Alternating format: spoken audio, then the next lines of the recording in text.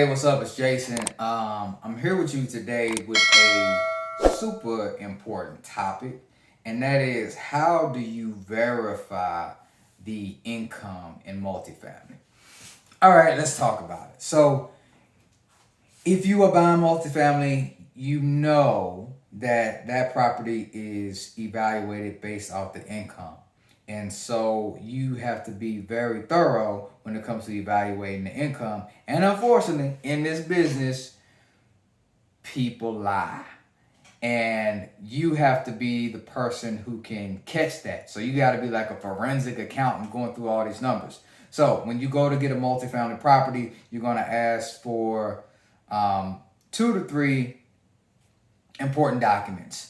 The first is going to be the offer memorandum. You're going to get that from a broker. It's going to have the beautiful pictures of the property, details, and they're going to have some financials that you aren't going to use at all. But I won't say you won't use them at all, but you'll look at them. But don't buy a property based off a broker's offer memorandum.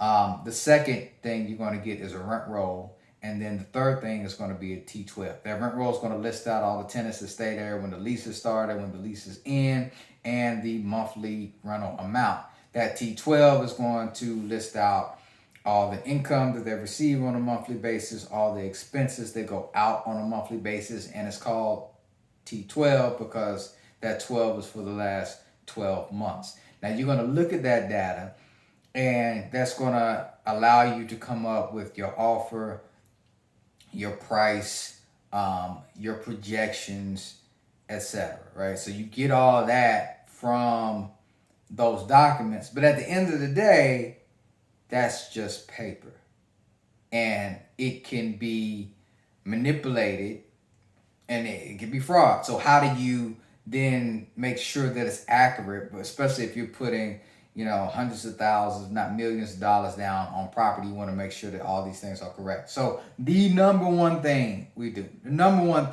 is that you are going to put in your real estate contract that the seller is to give you bank statements.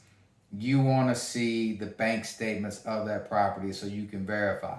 And when you get these bank statements, you are only concerned with the income, right? An owner can do whatever they choose to do with it. A lot of times you may see all types of things going on, but what you really want to do is be able to buy a property, look at the income of that property. If they're using a professional property management company, most property management companies for multifamily are going to give that property its own bank account. You just want access to that so you can see, okay, this rent roll states that you should be making, call it $30,000 a month.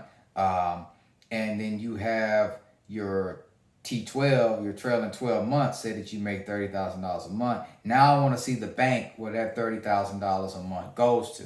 And if $30,000 is being made, it's going somewhere. So they should be able to give you that. So that is the number one sort of feel good, feel safe thing you can do in order to verify income. Now, when you get it started, my first deal, I did not know to do that, and it was costly to me. But you're going to be able to avoid that. But sometimes you do run into owners that just don't have good books. They aren't able to truly pull numbers together. Maybe they commingle their accounts. They got everything going to their own personal account, and they don't have a professional property management company. So what do you do then? The answer is you want to get as much data as possible. You can ask for tax returns. That's not as accurate as bank statements, but you can at least get a general feel of what they told the IRS. That's one way. Also, just making sure that you're comfortable with a certain amount of discrepancy in between it. So if you're buying a property and you don't have bank statements, they don't have property management company, then you want to make sure that you got a good deal when you're buying it, so that if things aren't accurate, you know that you can fix it up, clean it up, and make things better in the long run. So just be prepared for that, because if you don't have strong financials, you don't you aren't able to verify the numbers, and it's all based on the numbers. So make sure that you work around that. So hopefully you found this all helpful to go buy deals, to make sure that your numbers are verified, and so that when you're buying properties, you definitely aren't losing money in the very beginning. So drop a comment below, give a thumbs up to this video if you like what I got to say. I'll try to keep this stuff coming. Want to help you buy properties, change your life, make money. Let's go.